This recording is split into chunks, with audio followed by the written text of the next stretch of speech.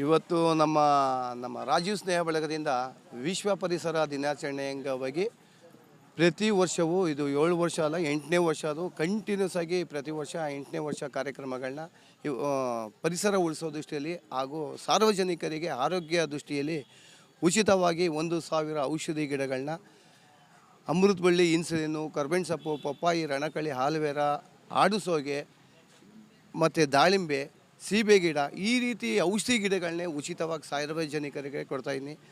ಈ ಗಿಡಗಳು ಅವ್ರಿಗೆ ಆರೋಗ್ಯಕರವಾದ, ಈಗ ಕೆಲವು ಬಾರಿ ಅವ್ರಿಗೆ ಬಿ ಪಿ ಇರ್ಬೋದು, ಶುಗರ್ ಇರೋರಿಗೆ ಒಂದು ಮನೇಲಿ ಪಾಟಲ್ಲಿ ಇಟ್ಕೊಂಡು ಗಿಡಗಳನ್ನ ಬೆಳೆಸಿ ಅದು ಆರೋಗ್ಯನ ಕಾಪಾಡ್ಕೊಳ್ತಾರೆ.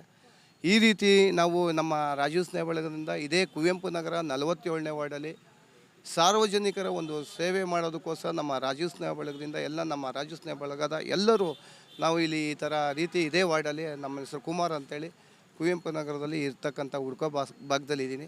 ಈ ರೀತಿ ಸೇವೆಗಳನ್ನ ಇದು 8ನೇ ವರ್ಷದ ಪ್ರಯುಕ್ತ ಮಾಡ್ತಾಯಿದ್ದೀವಿ. ಅದೇ ರೀತಿ ಸಾರ್ವಜನಿಕರು, ಹಿರಿಯ ನಾಗರಿಕರುಗಳು ಸಹ ಕಳೆದ ವರ್ಷ ಹೇಳಿದ್ರು ನಿಮ್ಮ ಕಾರ್ಯಕ್ರಮ ಮಾಡ್ತಾ ಇರೋದನ್ನ ನಿಲ್ಲಿಸಬೇಡಿ, ಇದು ಸಾರ್ವಜನಿಕರಿಗೆ ಒಳ್ಳೆ ಆರೋಗ್ಯಕರ ಔಷಧಿ ಗಿಡಗಳನ್ನ ಯಾರು ಕೊಡ್ತಾಯಿಲ್ಲ, ಆದರೆ ನಿಮ್ಮ ರಾಜೀವ್ ಸ್ನೇಹ ಬಳಗದವ್ರು ಕೊಡ್ತಾಯಿದ್ದಾರೆ. ಆ ರೀತಿ ಒಳ್ಳೆ ಕಾರ್ಯಕ್ರಮ ಅಂತ ಹೇಳಿ ಬೇಡಿಕೆ ಕೊಟ್ಟರು. ಆ ರೀತಿ ನಮಗೂ ಸಂತೋಷದಲ್ಲಿ ಈ ಕಾರ್ಯಕ್ರಮಗಳನ್ನ ಅದೇ ರೀತಿ ಮುಂದುವರಿಸ್ಕೊಂಡು ಹೋಗ್ತಾಯಿದ್ವಿ.